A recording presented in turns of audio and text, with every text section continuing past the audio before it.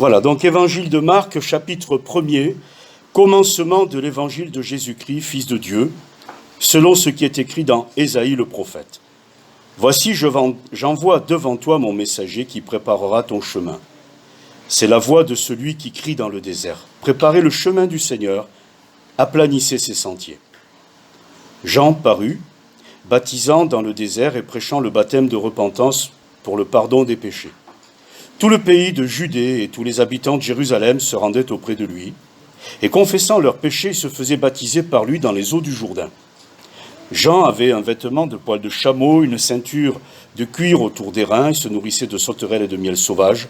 Il prêchait, disant « Il vient après moi celui qui est plus puissant que moi, et je ne suis pas digne de délier en me baissant la courroie de ses souliers.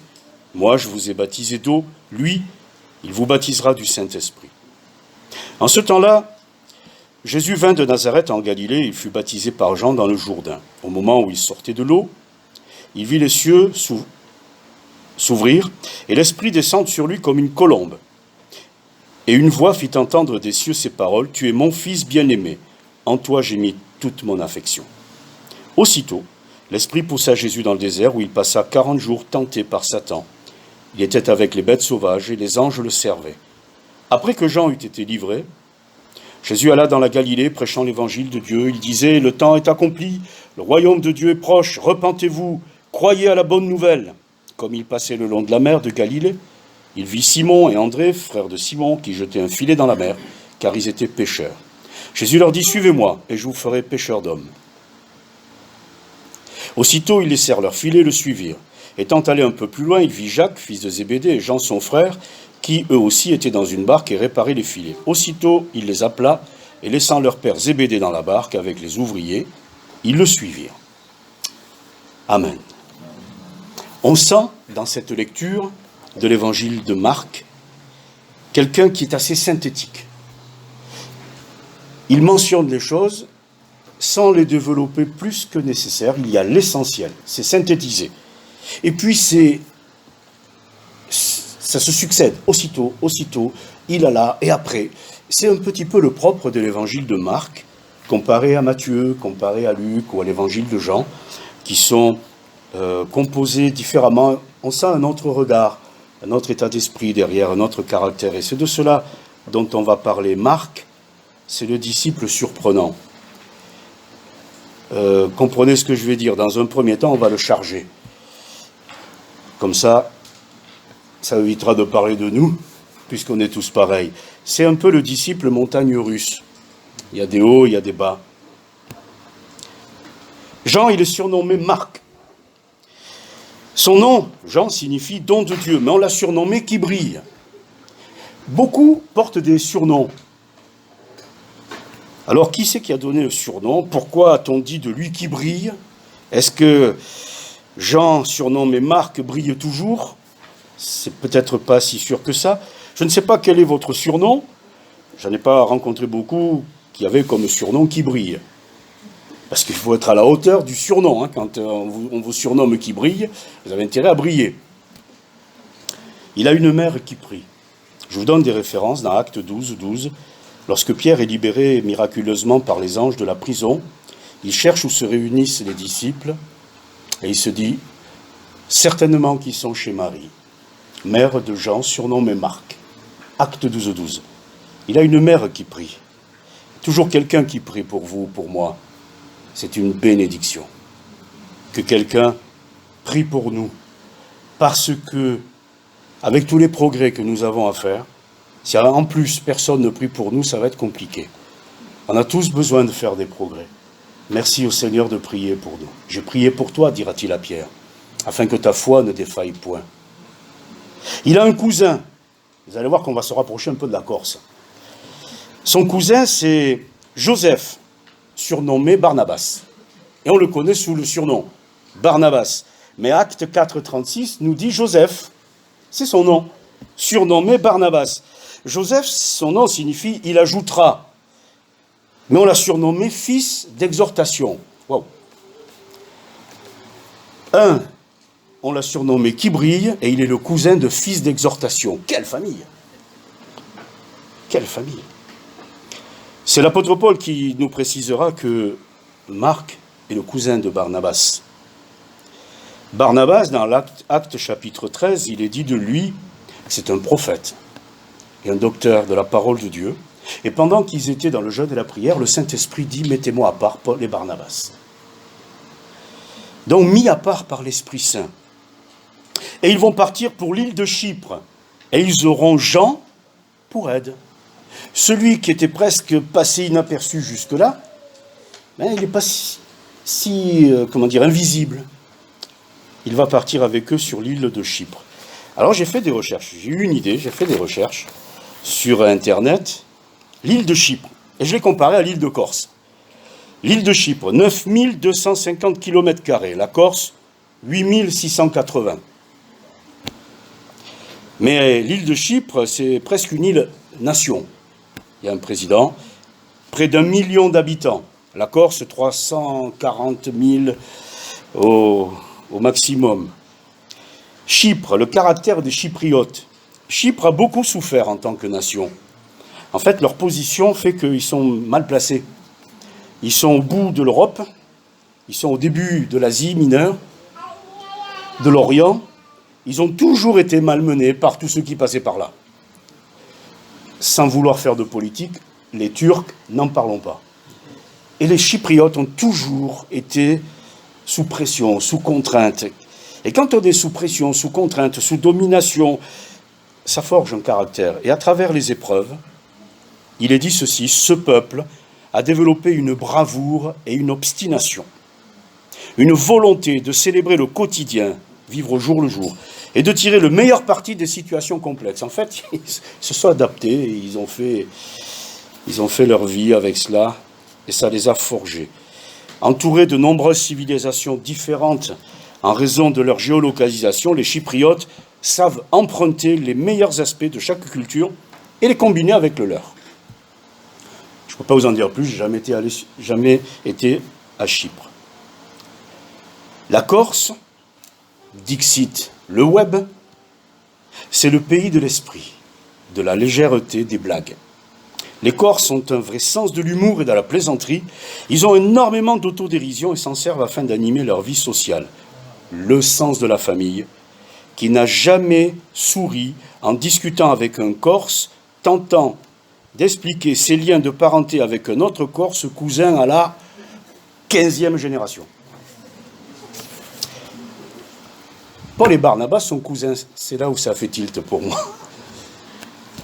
Ils sont cousins et ils vont partir à Chypre parce qu'ils sont originaires, en tout cas pour Barnabas et donc pour Marc, de Chypre. La rédaction des évangiles, Matthieu, on pense qu'il a rédigé son évangile en 65. Marc, il y a une petite fourchette, 64, 68. Luc, mais Luc n'était pas un disciple. On va le voir, Marc en était un. Très discret, mais il en était un. Luc n'a pas été un disciple direct. Donc il a fait des recherches exactes sur toutes ces choses auprès de ceux qui ont été des témoins oculaires. C'était écrit comme ça au début de l'évangile de Luc. Et Jean va écrire quasiment à la fin du siècle. Donc quel est le premier évangile composé ? Probablement Luc, le médecin, 62, 63, suivi de très très près par Marc, qui compose son évangile. Et donc ils partent à Chypre avec l'apôtre Paul, début du premier voyage missionnaire de la chrétienté. Et Dieu va bénir. À Chypre d'une manière particulière, mais Paul a réalisé une chose, c'est que s'ils sont à Chypre, c'est pour des raisons familiales. C'est parce que Barnabas est originaire de Chypre et il a voulu venir voir le contexte familial en premier, mais Paul sait que l'esprit le pousse vers la Turquie, vers les fous. Pourquoi je dis les fous ? Parce que ils sont comme nous. Ces Turcs de cette époque-là, pour la plupart, sont celtes d'origine. Parce qu'il y avait pas mal de tribus celtiques qui ont peu émigré vers l'Asie mineure, et les Romains s'en servaient comme mercenaires vu le caractère de ces Celtes. On comprend mieux pourquoi quand Paul et les autres vont ouvrir les églises de l'Asie mineure, ils vont en prendre plein la tête. De la part des Juifs, mais pas que. On est chez les fous. On est chez des belliqueux. On est chez des tempéraments chauds. On est chez des Celtes. Et les Gaulois sont quand même descendants des Celtes, hein, désolé. Alors, la Corse, je ne sais pas quelle est l'origine des Corses, je ne m'aventurerai même pas, là, sur ce sujet-là. Mais quand Jean, surnommé Marc, réalise qu'on va partir chez les fous, il repart à Antioche. Et il se sépare d'eux. Et ça va générer une tension entre Paul et Barnabas. Parce que lorsqu'il s'agira de revenir voir les frères, comme dira Paul, pour voir dans quel état ils sont, c'est pas anodin ce qui est écrit dans le livre des Corinthiens. Parce qu'au premier voyage missionnaire, ça a été tellement dur pour Paul que, après être revenu, acte 15, 36, il demeure à Antioche, verset 35, ils enseignent, ils annoncent avec plusieurs autres la bonne nouvelle de la parole du Seigneur. Quelques jours s'écoulèrent, après lesquels Paul dit à Barnabas, « Retournons voir les frères dans toutes les villes où nous avons annoncé la parole du Seigneur, chez les fous, pour voir en quel état ils sont. » Et quand vous lisez ça, vous vous dites « Ouh !» Ça veut dire que Paul était conscient de la dureté de la situation des nouveaux chrétiens en Asie mineure. Persécutés par les Juifs, et Paul en fait les frais, on ne va pas revenir sur le détail du parcours du premier voyage missionnaire, mais malmenés aussi par ces tribus d'origine celte, au caractère trempé. Je veux voir les frères pour voir dans quel état ils sont. Et Barnabas veut reprendre le cousin. Et Paul dit non. Et le dissentiment entre eux est assez vif, littéralement paroxysmos, c'est allé très haut, très fort, au paroxysme. Et ils se séparent. Les conséquences d'un dissentiment assez vif. Alors Jean surnomme Marc, on pourrait dire, et c'est là qu'on va le charger, que c'est celui qui déçoit, c'est celui qui fait marche arrière. Parce qu'au moment d'aller en Asie mineure pour annoncer l'évangile, Paul ne peut plus compter sur lui, il s'en va. Et quand Paul voudra revenir pour voir dans quel état sont les frères, parce que quand vous faites la traduction étymologique, voir en quel état ils sont, ça peut se traduire de 3 manières différentes, voir comment ils vont, dans quel état ils sont, et dans quelle situation ils se retrouvent d'une certaine manière. Donc on sent qu'il y a un vrai souci. Alors on revient à l'évangile de Marc, synthétique, méthodique. Et on trouve une particularité à la fin de l'évangile de Marc qui n'existe dans aucun autre évangile. C'est pour cela que d'aucuns pensent que c'est lui de qui il est question. Dans Marc 14, verset 50, au moment où, dans la nuit de Gethsémanée, Jésus est pris, tout le monde s'enfuit. Alors tous l'abandonnèrent et prirent la fuite. Et ça pourrait s'arrêter là. Mais Marc, dans son évangile, dit « Un jeune homme le suivait, n'ayant sur le corps qu'un drap. On se saisit de lui, mais il lâcha son vêtement et se sauva tout nu. » Beaucoup se posent la question, mais qui c'est là ? Puis pourquoi a-t-on ce détail ? Qu'est-ce que ce détail vient apporter de plus à ces moments qui précèdent la crucifixion ? Franchement, ça n'y serait pas, ça ne changerait rien, mais ça y est. Mais ça n'est pas chez Matthieu, ce n'est pas chez Luc, ce n'est pas chez Jean. Et d'aucuns pensent, commentateurs bibliques, que Marc parle de lui sans le dire. Et on voit que, on retrouve, si c'est cela la réalité, et il semblerait que oui, on retrouve le même trait de caractère de celui qui veut vraiment suivre le Seigneur, mais à un moment donné, alors on ne va pas le charger à ce moment-là trop, parce que tous l'abandonnèrent. Et il est très probable que si vous et moi avions été là à ce moment-là, on aurait fait la même chose. Il était couvert d'un drap, drôle de tenue, en pleine nuit. Est-ce qu'au dernier moment, il a pris la décision d'aller voir ce qui se passait dans le jardin de Gethsémanée? Possible. On se saisit de lui dans la nuit. À l'époque, il n'y a pas les lampadaires, il n'y a rien. Il y a juste des lampes à huile. Il s'en va tout nu. Un petit peu curieux, un petit peu particulier. Il n'est pas meilleur que les autres, Marc. Pas pire que les autres non plus. Certaines situations nous mettent à nu. On voit vraiment le caractère de quelqu'un à certains moments.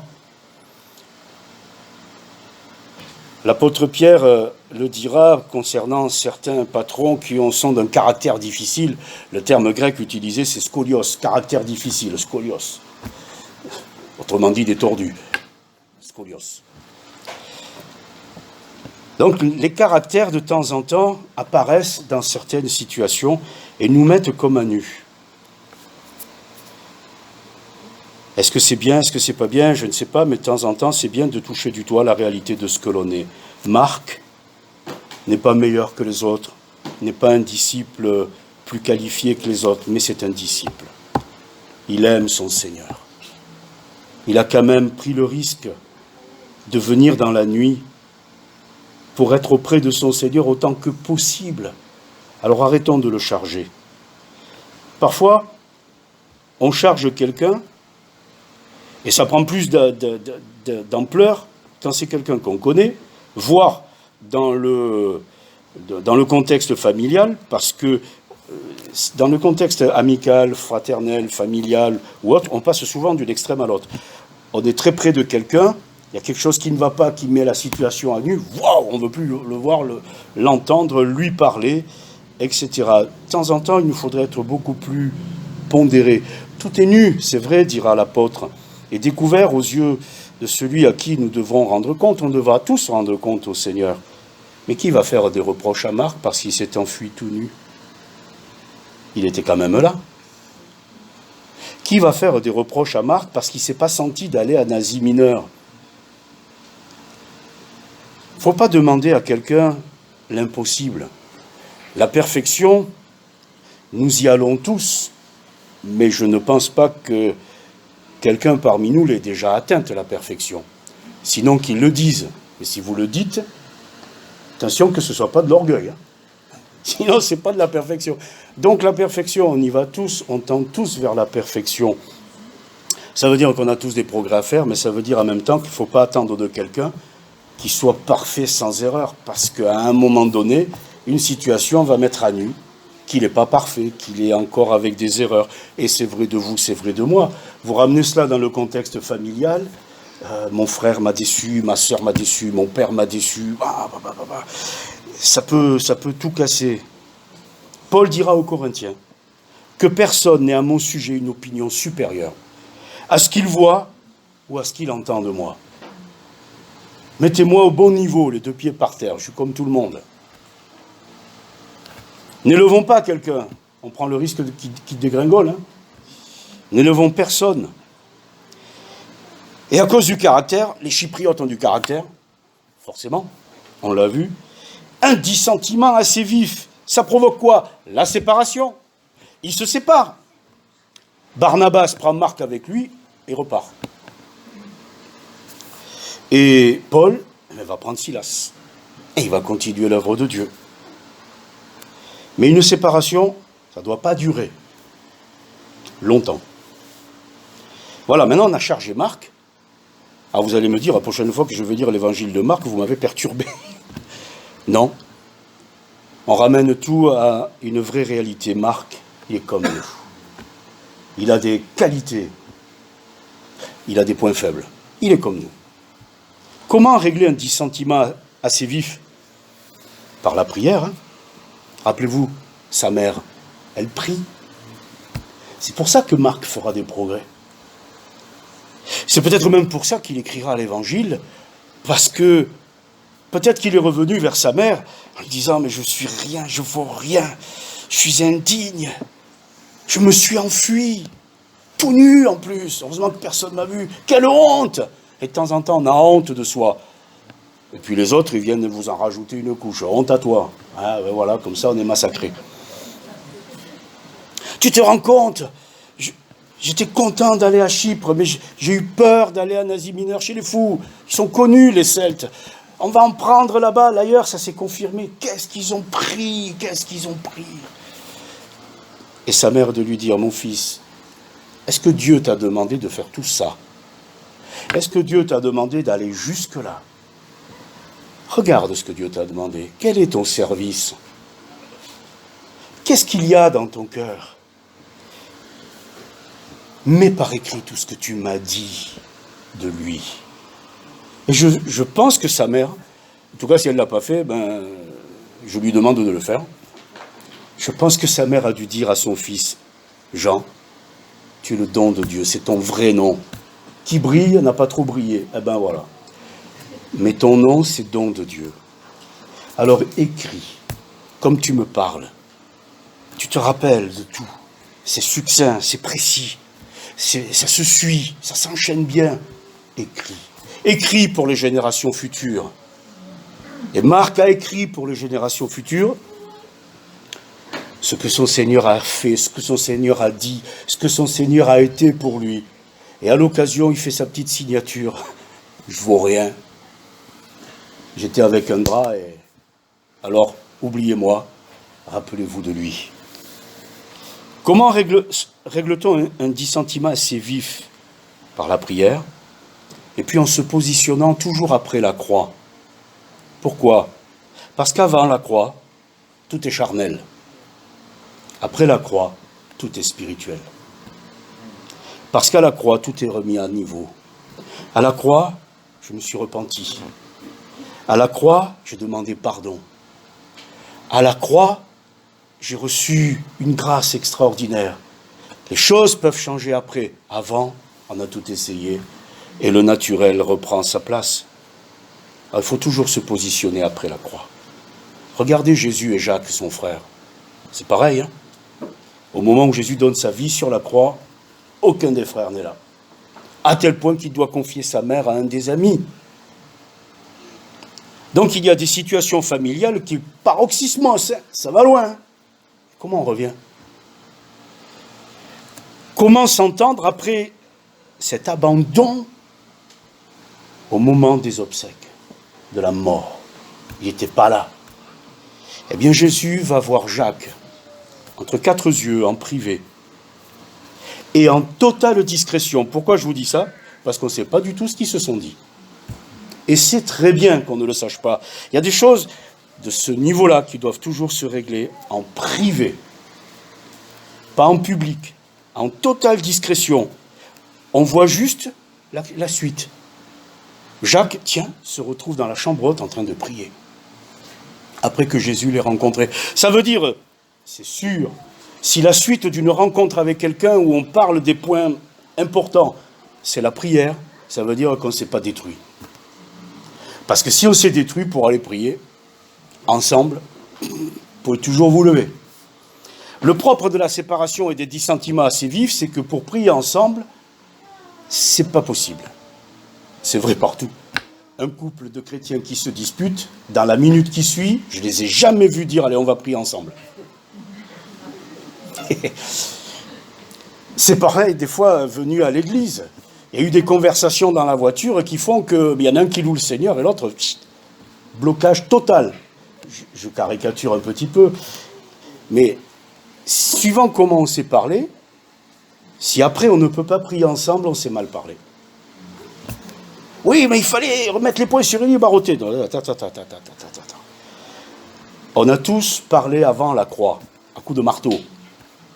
Mais après la croix, on ne parle plus à coups de marteau. Les conséquences d'une explication avant la croix, on les connaît. Maintenant, je veux vivre celle des rencontres et des mises au point, des discussions après la croix. Et cela, on les connaît, les conséquences. C'est prier ensemble. C'est louer le Seigneur ensemble. C'est prendre la communion ensemble. C'est cela, la réalité. Mais tout ça se fait en totale discrétion. Ce que Jésus a dit à Pierre, je ne sais pas, mais je sais la conséquence. La même chose avec Paul et Marc. Dans 2 Timothée 4,11, « Prends Marc, il m'est utile pour le ministère. » Alors, Eh bien oui. Paul et Marc, c'est pas resté comme ça. Quand est-ce que ça... On ne sait pas, mais c'est très bien. Et puis qu'est-ce qu'ils se sont dit? Mais ça ne nous regarde pas. Mais en tout cas, Paul dit, Marc, mais utile pour le ministère. Alors, la maman de Marc lui dit, écoute, tu as commis des erreurs, qui va te jeter la pierre? J'en connais pas beaucoup qui vont jeter le premier la pierre. Mais tout a été réglé. Alors maintenant, tu reprends le service. Si cela ne se règle pas, il y a un risque. Et on verra une petite allusion concernant Barnabas, parce qu'avec Barnabas, on n'a pas d'indication qui montrerait que la chose ait été réglée. Dans Galates 2,13, lorsque l'apôtre Pierre va verser dans l'hypocrisie, Barnabas va être embarqué dans le truc. Parce qu'il y avait de la dissimulation, dira l'apôtre Paul, Barnabas a été entraîné par l'hypocrisie de plusieurs. Eh oui, quand des choses ne sont pas réglées, ça laisse un point de fragilité. Je ne veux pas dire que Barnabas était hypocrite. Barnabas, c'est un prophète. Barnabas, c'est un homme de Dieu. Barnabas, c'est quelqu'un pour lequel le Saint-Esprit avait dit « mettez-moi à part ». Mais ce n'est pas parce qu'à un moment donné, il y a eu une grande bénédiction de Dieu dans ma vie que je ne commettrai jamais d'erreur demain, après-demain et la suite. Mais par contre, si je devais commettre une erreur, s'il arrivait que j'en commette une, comme disait dans le spirituel, nous avons un avocat auprès du Père, Jésus-Christ le juste qui intercède pour nous. Et dans la maison de Dieu, c'est le jour, c'est l'heure, c'est le moment de se relever. Parce que celui qui nous a appelés nous connaît, il nous fait confiance. Et il ne va pas dire aux disciples, alors, vous n'avez pas pu veiller 1 heure avec moi? En tout cas, il ne leur dit pas comme ça. Allez maintenant, allons. Il ne va pas dire aux disciples, alors, vous m'avez tous abandonné. Il dira simplement à Pierre, tu es rempli de bonnes intentions, mais le coq n'aura pas chanté 2 fois que tu m'auras renié 3 fois. Mais bon, je le sais. Il ne va pas dire à Marc, ah non, non, non, t'es parti, le dernier, mais t'es parti quand même. Parce que si le Seigneur se mettait à nous faire des reproches, déjà on est tous perdants d'avance, et puis ce serait sans fin, parce qu'il n'y a pas un juste, pas même un seul. Alors le Seigneur ne vient pas nous faire des reproches, il vient nous dire, paie mes agneaux, paie mes brebis, quand tu seras revenu, affermis tes frères, Marc, tu es utile pour le ministère de Paul. Et franchement, c'est une belle carte de visite. Hein. Je brillais pas, mais le plus grand missionnaire que le monde ait jamais connu a dit de moi que je lui étais utile. Or, ça me suffit largement. Ça me suffit largement. Alors on va terminer. Mais Jean est son vrai nom. C'est le don de Dieu, son vrai nom. Il suivait le Seigneur, il servait le Seigneur. Pour Paul, il est utile. Et même Pierre dira de Babylone, sous-entendu de Rome, l'Église et Marc vous saluent. Eh oui, celui qui n'est pas parfait vous salue. Celui qui a des difficultés et qui de temps en temps a escapé, eh bien il prie pour vous. Celui qui a encore des progrès à faire, eh bien il aime l'œuvre de Dieu. Conclusion, ne tombons pas dans le piège de la paille, parce qu'on oublierait la poutre. C'est-à-dire, ne restons pas bloqués sur ce qu'on voit de ce qui ne va pas. Parce que alors, c'est sans fin en plus. Paul dira, si l'un a sujet de se plaindre de l'autre, pardonnez-vous réciproquement comme Christ vous a pardonné, et on continue la vie. Parce que si dans un couple, on met 6 mois avant de se reparler, s'il y a des enfants, ça va être chaud l'ambiance à la maison. S'il n'y a pas d'enfants, eh ben ça fera des vacances aux voisins, pas de dispute pendant 6 mois. On ne peut pas attendre 6 mois. On ne peut pas attendre 1 semaine. Si tu présentes à Dieu ton offrande et que là tu réalises que, vas-y, c'est aujourd'hui. Or, il ne faut pas qu'un serviteur, dira Paul à Timothée, du Seigneur ait des querelles. Il doit être affable pour tous. Oh, Seigneur affable. Tu ne peux pas utiliser un autre mot, pas tout à fait parfait. Non, non, non, non, non. Affable pour tous. Eh oui, mes frères et sœurs, vous et moi, il y a peut-être des situations dans lesquelles nous nous sommes fait piéger. On est tombé dedans. Mais jamais le Seigneur n'en rajoutera. Ce matin, vous comprenez que j'ai chargé. Hein. Mais pour qu'on puisse lire l'évangile de Marc en disant « Mais Seigneur, tu es bon. Tu es un Dieu de grâce. » On sait maintenant que celui qu'on connaissait moins que les autres, on connaissait un peu plus Matthieu, Luc et Jean, mais Marc. Mais Marc, franchement, je pourrais enlever son nom et mettre le mien. Je n'ai pas été toujours à la hauteur, j'ai commis des erreurs. Même quand le Seigneur parfois a compté sur moi, Seigneur, mais moi tu sais que je t'aime. Je veux te servir. Alors tu vas écrire aux générations futures. Tu vas dire autour de toi ce que le Seigneur a fait pour toi. Je ne te demande pas d'écrire un roman. Marc, c'est l'essentiel. Mais la fin de l'évangile de Marc, Nanette, s'il vous plaît. On comprend mieux la fin de l'évangile de Marc. Toujours on va à l'essentiel. Il a juste parlé de lui pour ceux qui éventuellement s'en rappelleraient qu'il y en a un dans la nuit, il est parti. Mais aller par tout le monde et prêcher la bonne nouvelle à toute la création, ça c'est le point important. Celui qui croira, qui sera baptisé, sera sauvé. Mais celui qui ne croira pas sera condamné. Voici les miracles qui accompagneront ceux qui auront cru. En mon nom, ils chasseront des démons. Ils parleront de nouvelles langues. Ils saisiront des serpents. S'ils boivent quelques breuvages mortels, il ne leur fera point de mal. Ils imposeront les mains aux malades et les malades seront guéris. Le Seigneur, après leur avoir parlé, fut enlevé au ciel. Et il s'assit à la droite de Dieu. Et ils s'en allèrent prêcher partout. Le Seigneur travaillait avec eux et confirmait la parole par les miracles qu'il accompagnait. Amen. C'est ça le plus important. Mes erreurs, qu'on me les pardonne. Que je demande à mon niveau aussi, pardonne-moi Seigneur, mais je reprends. Ton œuvre, ton service, c'est ça le plus important. Et merci de me faire grâce tous les jours. Que son nom soit béni. Amen. Je te bénis Seigneur parce que nous réalisons devant ta parole ce que nous sommes. Mais surtout, nous réalisons qui tu es, combien tu es grand, combien tu es bon. Je te prie de bénir chacun d'entre nous, qui pouvons être à un moment ou à un autre concernés par le même type de situation.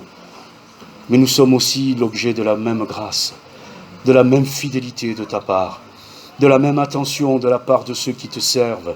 Et merci pour des hommes comme l'apôtre Paul qui dit « Il m'est utile ». C'est vrai que Seigneur, nous pensons parfois que nous ne valons rien, nous sommes inutiles, mais toi tu nous dis que c'est pas ça. Au contraire, tu nous as donné ta confiance, ton esprit. Alors je te prie ce matin de renouveler, de fortifier, de restaurer chacun d'entre nous, pour que ton œuvre, Seigneur, continue d'aller de l'avant. C'est ça l'important. À toi la gloire, Seigneur. Amen.